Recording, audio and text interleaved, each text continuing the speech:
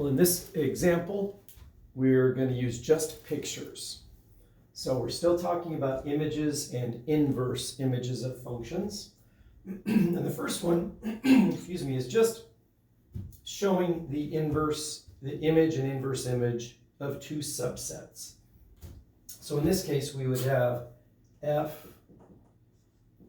from A into B, but we took a subset of A and called it capital P, and its image will be all of the numbers in B, the codomain, all of the numbers where one of the elements in here maps to it. So if you take f of x for every x in P, you're going to get this set. Now, the inverse image. You start with a subset of B. We call it Q. What we have here is, this is the set of elements for which there is an x over here in A that maps to it. So the inverse image says, for example, here's a point, a number inside of Q. There is an element over here that maps to that one. So it is possible, one final comment of this picture. Remember when you see inverse image, F inverse of Q, which is a subset of the domain, the inverse image, this does not mean that F inverse exists. It does not mean that F is a bijective function. It could be, but it doesn't necessarily have to be. You could have 2 points over here that both get mapped to the same point over here, which means it's not one-to-one. Well, the inverse image of this point would be both of those points. It's the set of all the points. There could be even more. The set of all points that map there. Well, you do that for all of these points in Q, and you end up with F inverse, the inverse image of Q under the function F. Okay, the next two pictorial examples, we will prove what we're going to discuss here in the pictures in the next video. But we're just going to simply try to find the image of a set under F, and then the inverse image of a set under F. Well, we've got a function that goes from reals into reals, and it's defined as this. F of x is 9 minus x squared. So we all remember from pre-calculus that that is a parabola, quadratic equation. It opens downward because there's a negative sign in front of the x squared, and the vertex is 0.0, 9 right here. That's the vertex, and it opens downward, so that's the peak, the top point. Well, I wrote down a couple of important points. You can see that it crosses the x-axis at 3 and negative 3 because 9 minus 3 squared, or 9 minus negative 3 squared, gives you a 0. Well, let's find f of this set. In other words, find the image of the interval from 1 to 4. So these are all x values right here. We want to find the associated y values with those x values. So basically, I'm going to draw a few lines here, dotted lines. I'm going to go up with this one, because notice that the entire image of this interval is all in this strip here.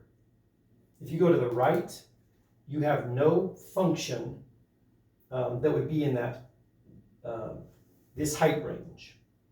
If you come to the left, you'd have no y values in this range here.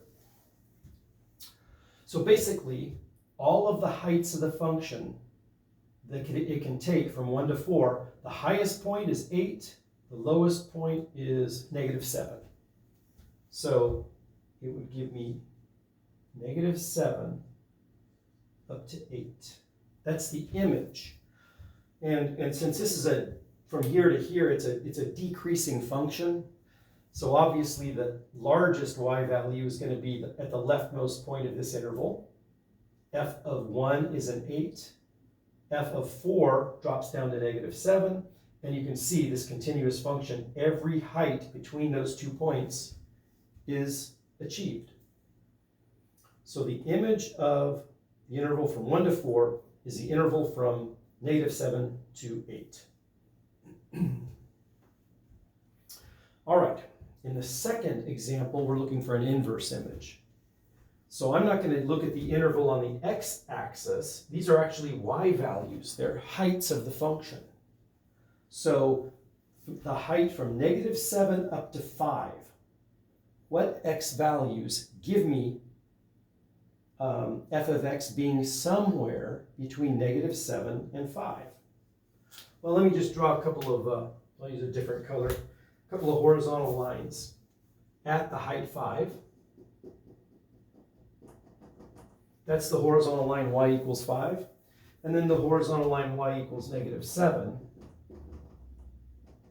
would be that. All you need to ask yourself now is what x values give me a y value, an f of x value, between these two numbers. Well, let's start on the right-hand side.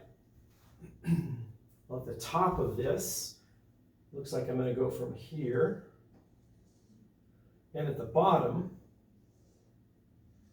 there. Between those two blue vertical bars, you can see that the height of the function falls between negative 7 and positive 5. That's part of my answer then. What is part of my answer?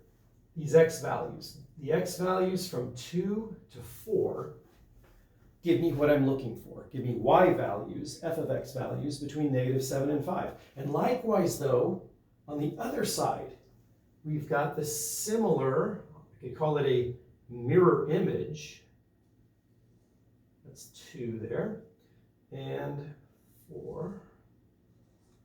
We've got a mirror image rectangle. My picture's not great. They should have the same width, negative 4 to negative 2, and from 2 to 4. So if the x value is between negative 4 and negative 2, you get y values in this range. And you can see that if you are between negative 2 and 2, f of x is not in this range. F of x would be bigger than 5. And if you come to the left, less than negative 4, f of x is going to be less than negative 7. Just like over here, if you go to the right of positive 4. So the x values that produce f of x's between negative 7 and 5 are those x values. So this would be negative 4 to 2, closed interval, union, negative 4 to negative 2, union 2 to 4. So that's pictorially what we're going to show in the next video. The next video, we're going to kind of more or less prove this. But now that you've seen the pictures, hopefully it'll be a little bit easier to understand.